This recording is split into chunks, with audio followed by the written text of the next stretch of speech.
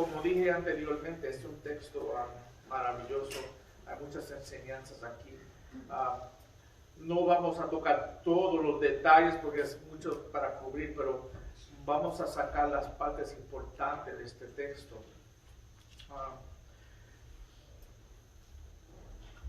Vamos a orar, hermanos, antes de comenzar el mensaje de esta tarde. Padre Santo, Señor, gracias por este tiempo. Yo oro, Señor, que la palabra, Señor, esté viva y eficaz en nuestras vidas, Señor. Que tú despiertes nuestras mentes, nuestros corazones a recibir tu palabra y que tú nos muevas a hacer y vivir fielmente lo que enseña tu palabra. Guíame, Señor, a través del Espíritu Santo, predicar tu palabra fielmente, Señor. Y que nosotros seamos como los pastores que recibieron el mensaje y fueron rápidos a hacer lo que tú dijiste que ellos hicieran. Oramos en tu nombre de Cristo. Amén, hermanos. Otra vez, vamos a ir a las Biblias a Lucas capítulo 2. El mensaje está en el 1 del 20. El nacimiento del Salvador y el Señor Jesucristo. Estudiando encontré que el comentarista Ken Hughes dice que en su comentario del Evangelio de Lucas, que en el tiempo del nacimiento de Jesús, el César Augusto era el gobernante de todo el mundo romano, toda la tierra habitada en ese tiempo. Los antiguos historiadores nos dicen que César Augusto era el sobrino de César, el Julio César, y era un luchador nacido que ganó su camino, el poder, derrotando a Antonio y a Cleopatra. Y luego, a través de considerable genio y fuerza de su persona, le dio al imperio una paz que iba a durar durante muchos siglos después que murió. Él fue el primer César que se llamó Augusto, dado ese título por el Senado romano. La palabra Augusto significa santo, referenciado. Y hasta ese momento, ese título de Augusto estaba reservado exclusivamente para los dioses. Fue bajo la regla de Augusto que se tomaron los pasos decisivos de hacer dioses de los Césares. De hecho, al mismo tiempo que Lucas escribe estas palabras, algunas de las ciudades griegas de Asia Menor adoptaron el cumpleaños de César el día 23 de septiembre como el primer día del año nuevo, saludándolo a él como Salvador. Hay una inscripción que se encontró en la ciudad de Halicarnaso, que está en Turquía hoy en día, que llama a César Augusto el Salvador del mundo entero. El historiador John Buchan nos dice que cuando murió César Augusto, los hombres en realidad se consolaron a sí mismos reflejando que Augusto era un dios y que los dioses no mueren. Así que el mundo tenía un Dios y Salvador autoproclamado, ¿verdad? Y ampliamente aceptado por todos. Lucas, que encima de ser doctor también era historiador y también era un teólogo, otra vez después que escribió el libro de Lucas y el libro de Hechos, y sabiendo el contexto de lo que escribe en este capítulo, él pinta aquí un cuadro que contraste es un cuadro contraste con lo que va a enseñar, porque cuando uno lee esto, él está mencionando a César Augusto en contraste del Salvador verdadero del mundo. Y tú ves en lo que el hombre recibe como Dios y lo que realmente es Dios. ¿No es así hoy en día? ¿No es así? No, nosotros levantamos hombres y los ponemos en lugares que eso debe de ser Dios. Yo he dicho esto muchas veces, cuando tú te levantas de la mañana, ¿qué es la primera cosa en tu mente? Y cuando tú te acuestas, ¿qué es la última cosa en tu mente? ¿Qué es lo que te empuja a ti? ¿Qué es lo que te anima a ti? ¿Qué es lo que te da a ti fervor? ¿Qué es tu Dios? ¿Qué es lo que tú amas? ¿Qué es lo que tú sigues? ¿Qué es tu pasión?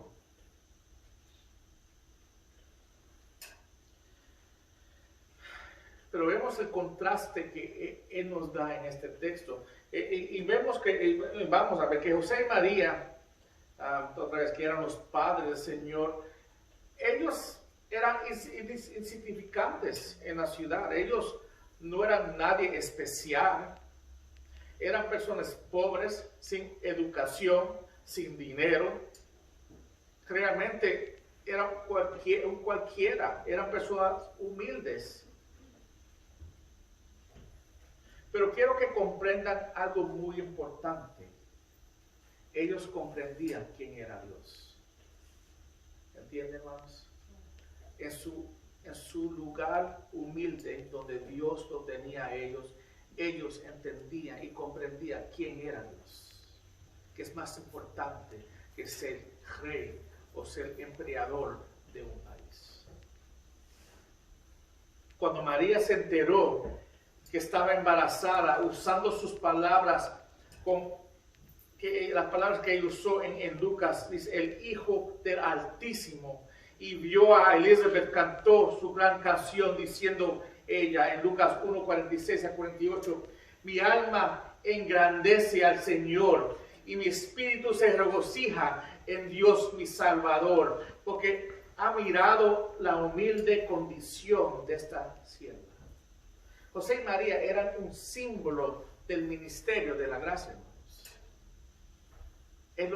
Dios los escogió a ellos porque Él quiso escogerlos a ellos. El Rey de Reyes no vino a los orgullosos o los poderosos. Él vino como un bebé que María llevó. Él no era un César, un hombre que el mundo convirtiera a un Dios, sino una maravillosa cosa mucho mejor. El bebé que ella llevara era el bebé que ella llevaba era el verdadero Dios. No era un hombre convertido como Dios, era un verdadero Dios, era el verdadero Dios, era el Dios santo. Y eso es lo que tenemos que ver aquí, hermanos. Que Jesucristo, y es el primer punto, que Jesucristo nació humildemente. Y la primera parte aquí, vemos que el nacimiento de Jesús, otra vez, si Él era rey, debería ser conocido, todo el mundo debería estar adorándolo, ¿verdad? Y esperando su venida. Y cuando Él viniera, otra vez dándole gloria al rey. Pero cuando miramos la historia, Él no nació con mucha fama. Él no vino a este mundo con todo el mundo ahí viéndolo nacer. Él nació en un pesebre, humildemente, con animales, con una peste de animales, hermanos. Así fue que nació nuestro Salvador. Y tenemos que entender eso. Y otra vez, mira lo que dice los primeros dos versículos. Dice, aconteció en aquellos días que salió un edicto de César Augusto para que se hiciera un censo de todo el mundo habitado. Que otra vez está hablando del imperio romano. Este fue el primer censo que se levantó cuando Serino era gobernador de Siria. César Augusto fue emperador de Roma durante 44 años, hermanos. Desde el año 30 antes de Cristo hasta el año 14 después del nacimiento de Cristo. Y durante el reinado, Él trajo al mundo un progreso y prosperidad y paz. Y eso fue porque la gente lo amaba tanto. Desde el texto vemos aquí que Él selló un edicto. Los decretos romanos comenzaron bajo su reinado y duraba un periodo de 14 años, hermanos. Lo que él selló, lo que él mandó, el edicto que él mandó, duraba 14 años. El censo que decretó César Augusto tenía el propósito de tener una lista de todos los habitantes en el imperio, con el propósito de ellos poder poner impuestos a las personas. Cuando tenemos el censo, ahora cogemos todos los nombres de las personas, dónde están, y sabemos a quién tenemos que ponerle impuestos, y también buscar personas o reclutar personas para el militar. Pero los judíos estaban excluidos de servir en el militar, ellos otra vez, la razón que ellos iban al censo es para dar sus colectas de dinero, de los impuestos que estaban encima de ellos. Y vemos aquí en Lucas 3 al 5, dice, todos se dirigían a escribirse en el censo, cada uno a su ciudad. También José subió a Galilea, de la ciudad de Nazaret, a Judea, a la ciudad de David, que se llama Belén, por ser él de la casa y de la familia de David, para inscribirse junto con María, comprometida para casarse con él, la cual estaba encinta. A César Augusto no le importó que su decreto causara muchísima incomodidad. Esta persona, esta mujer embarazada con su casada otra vez, ellos tuvieron que viajar 70 millas otra vez, caminando y un burrito, ¿verdad? Caminar 70 millas para cumplir el deseo, el decreto de César. Él no conocía a María ni José. Ellos eran personas totalmente insignificantes para él. Y tampoco no sabía que había un poder más grande que él. Un poder invisible detrás de su decreto. Él estaba pasando un decreto, pero atrás de ese decreto, él no sabía que había un Dios poderoso, otra vez manejando y usando ese decreto para cumplir la perfecta profecía del Antiguo Testamento. Dios lo usó a él para cumplir lo que él prometió cientos de años anteriores. Ezequiel 5:2 dice, pero tú, Belén, Efrata, aunque eres pequeña entre las familias de Judá, de ti me saldrá el que has de ser gobernante en Israel. Y sus orígenes son desde tiempos antiguos, desde los días de la eternidad. 400 años antes del nacimiento de Jesucristo, hermanos, Dios le dijo a su pueblo que el Mesías nacería, ¿en dónde? En Belén, en Judea. Jesús y María vivían, ¿dónde? En Nazaret, en Galilea. Pero Dios usó el censo de César para llevarlos a la ciudad natal de ¿quién? De José, que era donde, en Belén. So, tú ves como Dios dirigió la circunstancia para el bien de él. Aunque en el momento yo estoy seguro que ellos estaban contentos en tener que irse para Belén, ¿no? Ella ya da ready para dar luz. Mira lo que dice Juan 7, 40 42. Dice, entonces algunos de la multitud, cuando oyeron estas palabras, decían, verdaderamente, este es el profeta, hablando de Jesús. Otros decían, este es el Cristo o el Mesías. Pero otros decían, ¿acaso el Cristo ha de venir de Galilea? ¿No ha dicho la Escritura que el Cristo viene de la descendencia de David, de Belén, la aldea de donde era David? Ellos mismos sabían dónde iba a nacer el Salvador, el Cristo, el Mesías que venía. Y cuando leímos Cristo, el Mesías, Cristo es la palabra griega, Mesías es la palabra hebrea, pero quiere decir la misma cosa, el ungido. El mundo estaba esperándolo a él y él vino. Vemos que ellos siendo forzados a viajar, forzados a Belén para pagar impuestos, estaban implementando el cumplimiento de la profecía mesiánica. Dice el versículo 4 que María estaba comprometida para casarse con él. La palabra comprometida también en algunas versiones usan desposada con él. Y en la cultura judía de ese tiempo implicaba que estaban casados, pero el matrimonio no había sido consumido. Quiere decir que ella todavía era una virgen.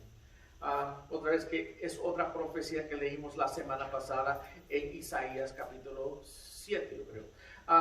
También en la cultura judía, el estar desposado conllevaba obligaciones legales. Los matrimonios eran arreglados por los padres y la pareja se mantenían comprometidos, otra vez que aparte por un periodo de ¿qué? De un año. Yo tenía que esperar un año para poder consumar el matrimonio. Tenemos que entender que todo lo que estaba ocurriendo aquí, cada movimiento estaba bajo de la mano poderosa de Dios. Él estaba dictando todo lo que estaba ocurriendo ahí. Y estaba usando todo el mundo que estaba ahí para poder cumplir su voluntad. Ahora seguimos leyendo los versículos 6 y 7. Dice aquí: sucedió que mientras estaban ellos ahí, se cumplieron los días de su alumbramiento, y dio luz a su hijo primogénito, y lo envolvió en pañales, y lo acostó en un pesebre porque no había lugar para ellos en el mesón. El nacimiento fue un asunto muy simple, hermanos. No había lugar para los padres de Jesús en el hotel, en el mesón. Hoy en día, otra vez, el Days Inn. Pero porque la ciudad estaba llena de muchas personas que también estaban registrando en Belén para el censo que estaba otra vez dictado. Y por esa razón vemos aquí que Dios, el Dios del universo, nació humildemente en el comedero de animales. No nació en una manera gloriosa, hermanos. Que el Rey del cielo merece, hermanos. Aunque su nacimiento no fue conocido y adorado por las multitudes, pero fue reconocido y adorado por las personas menos probables que uno pudiera pensar. Y es la manera que trabaja Dios. Uno pensaría que los gobernadores o los fariseos o los políticos estuvieran ahí reconociendo al rey. Pero ¿dónde es que va Dios como el anuncio? A unos pastores. Mira el punto 2. El punto 2 es la adoración de Dios en las alturas. Los versículos 8 al 4. Miremos los primeros dos versículos, 8 al 9. Dice: en la misma región había pastores que estaban en el campo, cuidando sus rebaños durante las vigilias de la noche. Y un ángel del Señor se les presentó, y la gloria del Señor les rodeó de resplandor, y tuvieron gran temor. No podemos ver, hermanos, la gloria de este pasaje hasta que nosotros aprendamos lo que aprendieron los pastores. El contexto comienza diciendo que los pastores estaban en el campo cuidando sus rebaños. Necesitan entender que el trabajo de un pastor no es un trabajo glorioso. No es la mejor carrera que uno pudo obtener en ese tiempo o en cualquier tiempo. Los pastores en este tiempo tenían una mala reputación. Y por la naturaleza de su trabajo no podían observar las leyes ceremonias de Israel. Y eran una clase de gente despreciada en Israel. Pero a ellos, dice el texto, un ángel del Señor se les presentó. Se presentó el ángel del Señor a las personas más despresentadas que pudieran presentarse.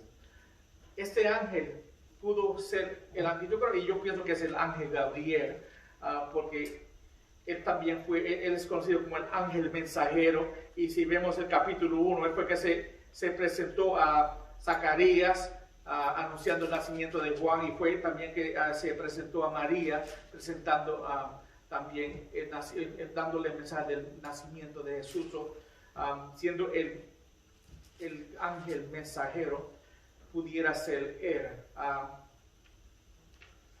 Pero seguimos leyendo en el 10 y el 11, dice, pero el ángel les dijo, no teman, porque les traigo buenas nuevas de gran gozo que serán para todo el pueblo.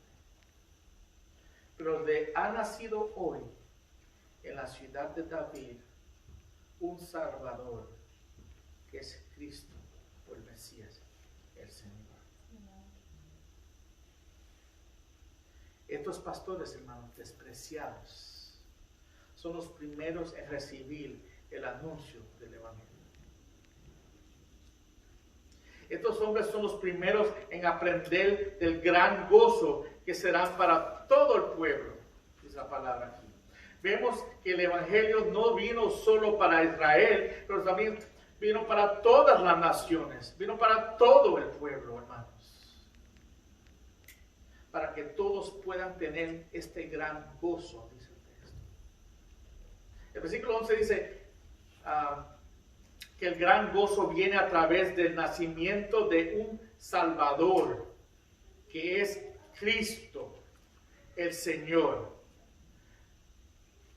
Vamos a leer eso otra vez. Dice que el nacimiento viene a través de un Salvador, que es Cristo, el Señor. Esta es la única vez en los evangelios que se usa estas tres frases. Es la única vez, otra vez, que estos tres títulos se le dan a Jesús, mejor dicho. Salvador, Cristo y Señor. Él salvará a su pueblo de sus pecados. Jesucristo, siendo Cristo, es el Mesías prometido a Israel. Y también Él es el Señor, reclamando que Él también es Dios. Él es creador de todo, el gobernante de todos. Los ángeles no solo dan el evangelio a los pastores, dan la verdadera identidad de Jesucristo, hermanos. Isaías 43:3 dice, porque yo soy el Señor tu Dios, el Santo de Israel, tu Salvador. Ha dado a Egipto por tu rescate, a Cus y a Seba, el lugar tuyo. Isaías 43:1. Yo soy el Señor, y fuera de mí no hay otro Salvador. Si Dios es solo Dios y no hay otro Salvador, clamando otra vez que el niño que nació es Salvador y Señor, está clamando también la divinidad de Jesucristo, que Él es Dios. Resulta que el carpintero de Nazaret fuera identificado con dos títulos principales usados para identificar a Yahvé, otra vez Salvador y Señor. Y cuando se añade el título Cristo o Mesías, que significa literalmente el ungido de Dios, es obvio que Lucas está confirmando una y otra vez la divinidad de Jesús en todo sentido, hermanos. Otra vez vemos el contraste de César Augusto y Jesús. Él no es un hombre natural, levantado por otros hombres. Él es el Hijo de Dios, el ungido de Dios. Él es el Salvador, el Señor de nuestras vidas, hermanos. Ese fue el que nació. Estas palabras se usan en otros versículos. Mira lo que dice Filipenses 3:20. Dice, porque nuestra ciudadanía está en los cielos, de donde también ansiosamente esperamos a un Salvador, el Señor Jesucristo. Él es nuestro Salvador, hermanos. pero solo Dios salva. Gloria a Dios. Mateo 1, 22 a 23. Todo esto sucedió para que se cumpliera lo que el Señor había hablado por medio del profeta Isaías, diciendo lo que nosotros dimos la palabra la semana pasada. He aquí, la Virgen concebirá y dará a luz a un hijo, y le pondrán por nombre Emmanuel, que traducido significa Dios con nosotros, hermanos. Sigamos leyendo nuestro texto, hermanos. En el 12 al 14 dice: esto les servirá de señal. Hallarán a un niño envuelto en pañales y acostado en un pesebre. De repente apareció con el ángel una multitud de ejércitos celestiales, alabando a Dios y diciendo: gloria a Dios en las alturas, y en la tierra, y paz entre los hombres en quienes Él se complace. Imagínate otra vez viendo la majestad de ángeles ahí adorando a Dios. Gloria a Dios, hermanos. De este pasaje el doctor Dr. Young explica que estos pastores en el campo no solo eran pastores, sino también eran pastores de un templo que hacían trabajo de pastores de campo para asistir en el nacimiento de los corderos de sacrificio. Escuchen esto. Ellos protegen que todos esos corderos no fueran maltratados y que no tuvieran ningún defecto para el sacrificio. Perdóname.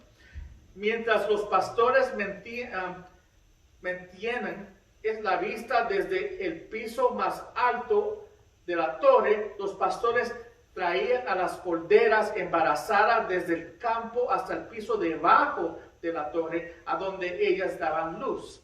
Después los pastores envolvían los corderos en ropas de ellos viejas. Y esto se hacía para proteger el cordero de daño. Después de esto, los pastores ponían el cordero en un pesebre para que no se pisoteara o maltratara por otros animales. Tú ves el cuadro y tú ves que cuando tú lees esto, los pastores que recibieron ese mensaje son el único que entienden este mensaje. Ellos son el único que entiende lo que está pasando, porque otra vez lo que ellos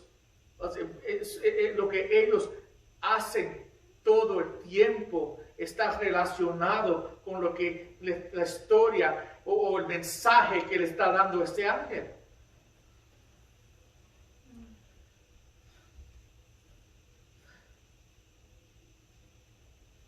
Ahora leemos que estos pastores iban a ver al recién nacido Jesús en el pesebre.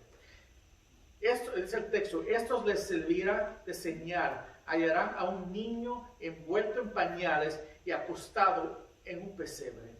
Ahí ellos tenían el cuadro que iban a ver el Cordero de Dios, hermanos. Preparado para sacrificio y sin ninguna mancha, hermanos. Y ellos pudieron ser los únicos, otra vez, que pudieran entender esta señal. Fue algo maravilloso dados a ellos por nuestro Dios celestial. Cuando el ángel terminó de exhortar a los pastores, el coro angélico entró para cantarle una alabanza al Dios Altísimo. Gloria a Dios en las alturas, y en la tierra paz entre los hombres en quienes Él se complace. Quiero que noten, hermanos, que los ángeles anunciaron el nacimiento de Cristo a los pastores, no a los líderes políticos, ni a los sacerdotes, ni a los fariseos, ni a los escribas, sino a unos humildes pastores.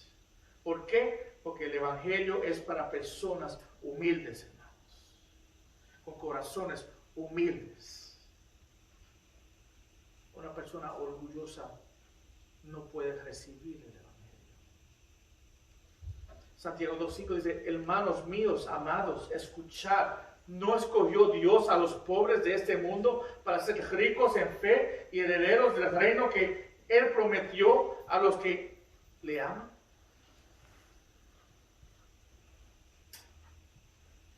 Entramos al último punto, hermanos. La adoración de los pastores.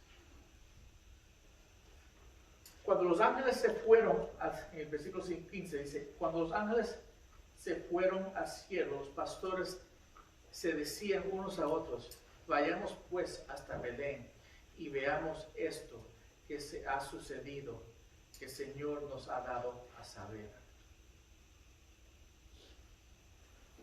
Cuando los ángeles se fueron al cielo, este siempre es un momento crítico, hermanos. Se había dado a entender claramente a los pastores lo que ellos debían de ser, ¿verdad? Y vemos aquí que ¿lo van a hacer?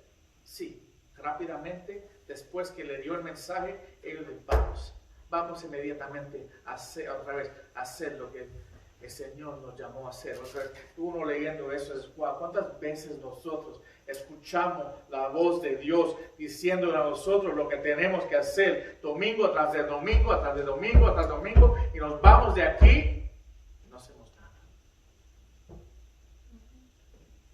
Somos desobedientes a la palabra de Dios. Porque ellos tenían una opción, ellos pueden decidir no ir. Pero otra vez, fielmente ellos fueron rápidamente y cumplieron lo que el mensaje del ángel que ellos debieran hacer. Y mira lo que es el 16, ¿fueron de qué? De todo prisa. Y hallaron a María y a José y al niño acostado en el pesebre. Cuando lo vieron, dieron a saber lo que se les había dicho acerca del niño. Y todos los que lo oyeron se maravillaron de las cosas que les fueron dichas por los pastores. Pero María atesoraba todas estas cosas, reflexionando sobre ellas en su corazón. Y los pastores se volvieron glorificando y alabando a Dios por todo lo que había oído y visto, tal como les había dicho. Amén, hermanos. Amén. Ellos sí fueron obedientes, hermanos. Y se sintieron obligados a contar su maravillosa experiencia. Como en primer lugar, un ángel les había hablado y les contaron lo que este ángel le había dicho acerca del niño y de señal que les había dado. También les contó cómo este ángel le había sido seguido a través con un ejército de ángeles cantándole alabanza a Dios.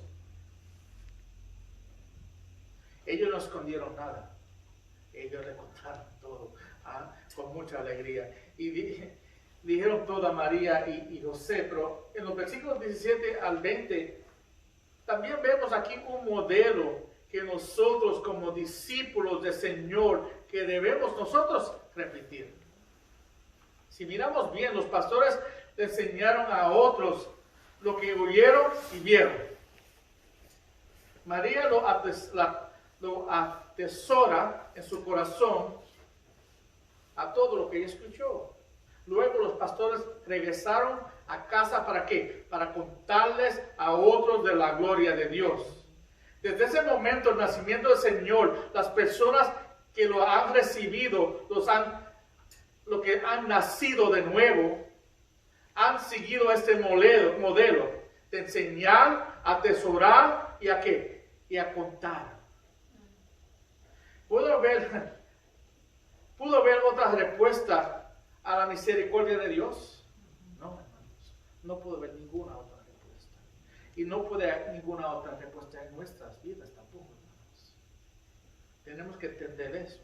Tenemos que nosotros mismos enseñar de Jesucristo a otros. Tenemos que nosotros también atesorar a Jesucristo. Y tenemos nosotros también contar a otros de Jesucristo, hermanos. Es la enseñanza, otra vez, que sacamos de la palabra de Dios. Debemos de enseñar ¿a qué? A Jesucristo. A atesorar a Jesucristo. Y a contar a Jesucristo. En esta temporada de Crisma, hermanos, que eso sea el deseo de nuestro corazón. Que cuando pensamos en la Crisma, otra vez, es bueno recibir regalos, pero es mejor que enseñar, atesorar y contar de nuestro Señor Jesucristo, que es nuestro Dios, que vino aquí y nos dio la salvación que recibimos hoy en día. Estamos aquí por Él, hermanos, y vamos a darle gloria a Él. Amén. Amén. Dios lo bendiga, hermanos. Vamos a orar. Padre Santo, Señor, gracias, Señor, por tu palabra. Y te damos gracias, Señor, por todo lo que tú has hecho por nosotros. Gracias por lo que tú comenzaste antes de la creación del mundo, Señor. Y cómo lo cumpliste. Y todas tus profecías, como tú los has cumplido. Y como tú nos usas a nosotros, hombres simples, humildes, para cumplir tu verdad, Señor. Te damos gracias, Señor. Yo oro que cada uno de aquí pueda aprender, Señor, que debemos ser obedientes y rápidamente ser lo que enseña tu palabra. Otra vez, enseñarle a otros de nuestro Señor Jesucristo, de atesorarlo en nuestro corazón y de predicar ese mensaje fiel a todos que no te conocen. Que eso sea que nos guíe a nosotros hasta en este tiempo, Señor. Que nosotros nunca nos olvidemos quién fue